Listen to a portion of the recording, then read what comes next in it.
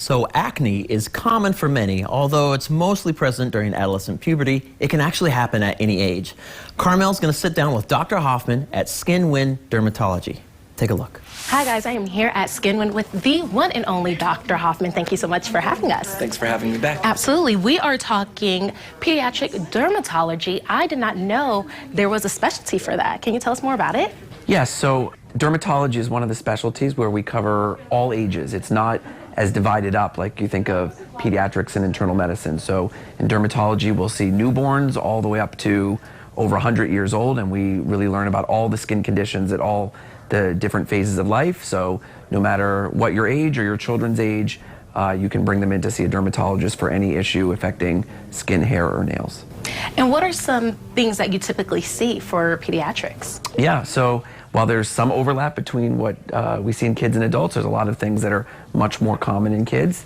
There are forms of eczema, including one called atopic dermatitis, which not always but often has a pediatric onset with itchy, scaly patches on different parts of the body that can be quite troublesome and cause a lot of discomfort and difficulty with sleep. There are other types of viral rashes that kids can get, bacterial infections like impetigo, viral infections like warts and molluscum, many different types of skin rashes and skin lesions that are more specific to pediatric populations. So atopic dermatitis, that's different from like cradle cap. Correct. So cradle cap, which you often see in newborns in the first few months and is redness and scale usually just on the scalp, is a dermatitis, but it's called seborrheic dermatitis. And that's actually a condition that a lot of adults get too. When adults just get dandruff in their scalp, that's a very mild form of seborrheic dermatitis, so that's actually cradle cap too.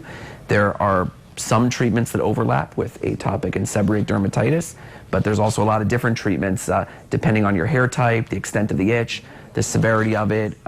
Sometimes over-the-counter anti-dandruff shampoos can help, but if it's more than a minor case, you may need some prescription strength treatment to really get that under control, and that would be a good reason to see a dermatologist. And when should a parent bring their infant or young one to see a dermatologist? Sure, I would say, if there's anything you're seeing on the skin that doesn't look normal, or if you're a pediatrician or a family practice doctor saw first isn't quite sure what it is, then absolutely bring to dermatology.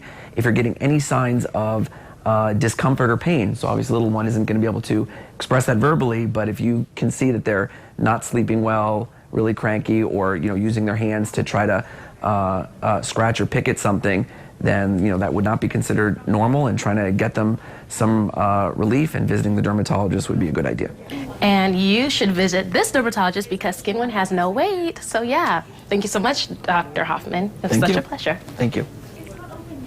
Win is located in both Minot and Williston. For more information, log on to skinwindermatology.com.